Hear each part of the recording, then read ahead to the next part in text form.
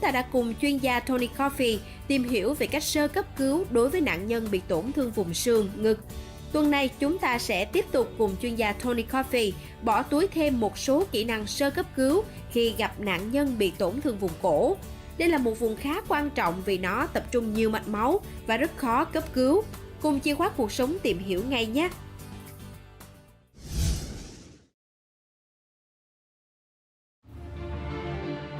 Cổ là bộ phận quan trọng trên cơ thể con người bởi nơi tập trung rất nhiều động mạch chủ. Khi bị tổn thương các mạch máu tại cổ, người bệnh thường dễ ngất xỉu do tình trạng mất máu gây tụt huyết áp. Vì vậy, nếu không được sơ cứu băng bó vết thương kịp thời, nạn nhân rất dễ tử vong.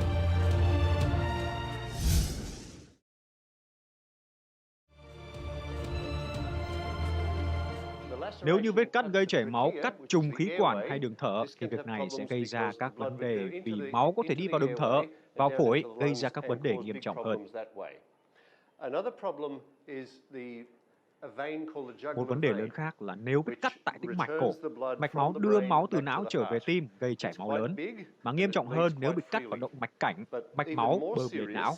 Đây là động mạch mà chúng ta có thể cảm nhận mạch đập theo nhịp tim nếu ta để tay ấn nhẹ vào vị trí này. Nếu nạn nhân bị cắt chảy máu ở vùng này thì thực sự là một vấn đề rất nghiêm trọng đấy.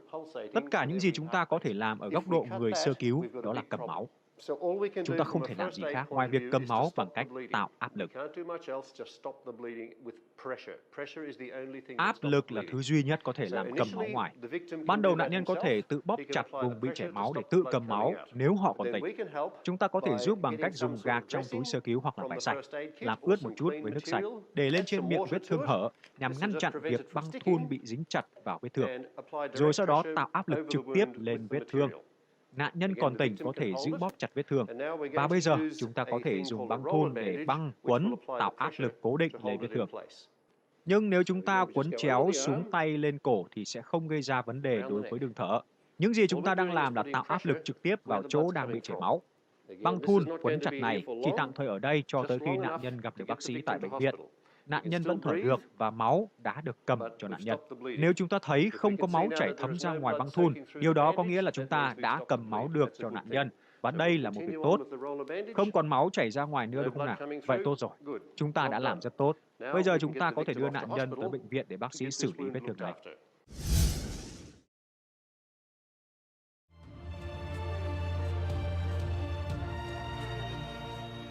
Trong trường hợp này, chúng ta có một nạn nhân cho biết là cô ta bị đau một bên cổ.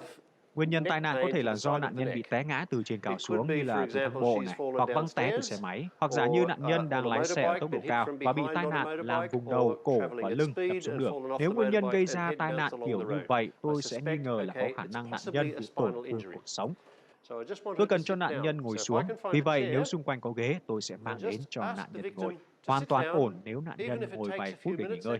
Miễn sao nạn nhân cảm thấy thoải mái và không làm cho tổn thương tệ hơn ban đầu. Tôi không thể làm gì hơn nữa ngoài việc đưa nạn nhân vào bệnh viện và theo dõi việc thở của nạn nhân trong suốt đoạn đường đến bệnh viện để kịp thời xử lý nếu tình hình diễn tiến xấu hơn. Sẽ tốt hơn nếu không để cho nạn nhân tự bước di chuyển.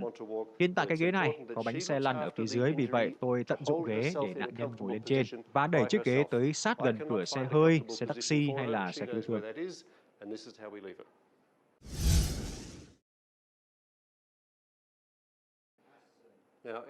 Trong tình huống này, chúng ta có nghi ngờ nạn nhân có khả năng bị tổn thương cột sống do nguyên nhân gây ra là tai nạn rơi từ độ cao hoặc là va đập mạnh. Nhưng mà trong trường hợp này, nạn nhân đã bất tỉnh, không còn phản ứng nữa. Đối với một người bị bất tỉnh và còn thở, chúng ta phải giúp kiểm tra đường thở của họ, vì đây là việc quan trọng nhất, cần phải giữ đường thở mở và thông thoáng để nạn nhân có thể thở được. Chúng ta hạn chế nhé, không làm vùng đầu, cổ của nạn nhân dịch chuyển nhiều, đặc biệt là vùng cột sống cổ. Chúng ta không di chuyển cột sống cổ của nạn nhân đang có nghi ngờ bị tổn thương cột sống, vì việc này có thể làm hại thêm cho nạn nhân. Để mở đường thở cho nạn nhân, chúng ta cần mở nhẹ cằm của nạn nhân hướng lên phía trên trán, chỉ mở nhẹ vừa đủ thôi để mở đường thở. Chúng ta có thể để nạn nhân ở tư thế này và chờ xe cứu thương tới. Tuy nhiên, trong nhiều trường hợp, nạn nhân có thể bị nôn ói hoặc là hơi thở của họ trở nên khó khăn hơn do lưỡi của nạn nhân có thể nằm duỗi ngang chắn đường thở của họ. Khi nạn nhân có dấu hiệu nôn ói hoặc là hơi thở khó nhọc hơn, chúng ta cần phải lăn nạn nhân nằm nghiêng một bên ở tư thế mở, duy trì đường thở. Bây giờ tôi cần thêm 2 người trợ giúp. Phần việc quan trọng là tôi cần giữ chắc vùng đầu cổ của nạn nhân, thẳng hàng cùng với toàn bộ cột sống cơ thể nạn nhân. Không được chỉ giữ phần đầu của nạn nhân, tôi phải giữ kẹp cả đầu và vai cùng một lúc, với hai má tay trong kẹp chắc vùng đầu và cổ nạn nhân.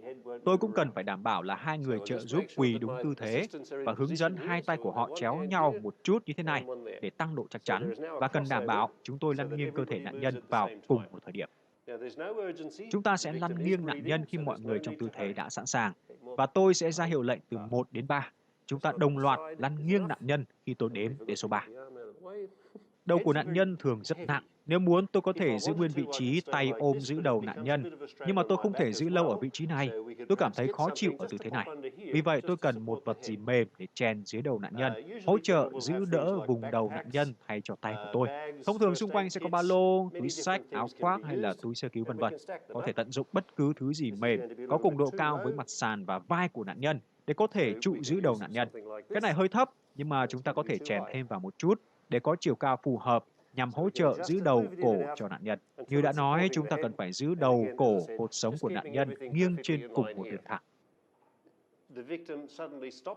Nếu nạn nhân bỗng dưng ngừng thở hoặc là không thở bình thường nữa, chúng ta cần phải ngay lập tức tiến hành thao tác hồi sinh tim phổi CPR.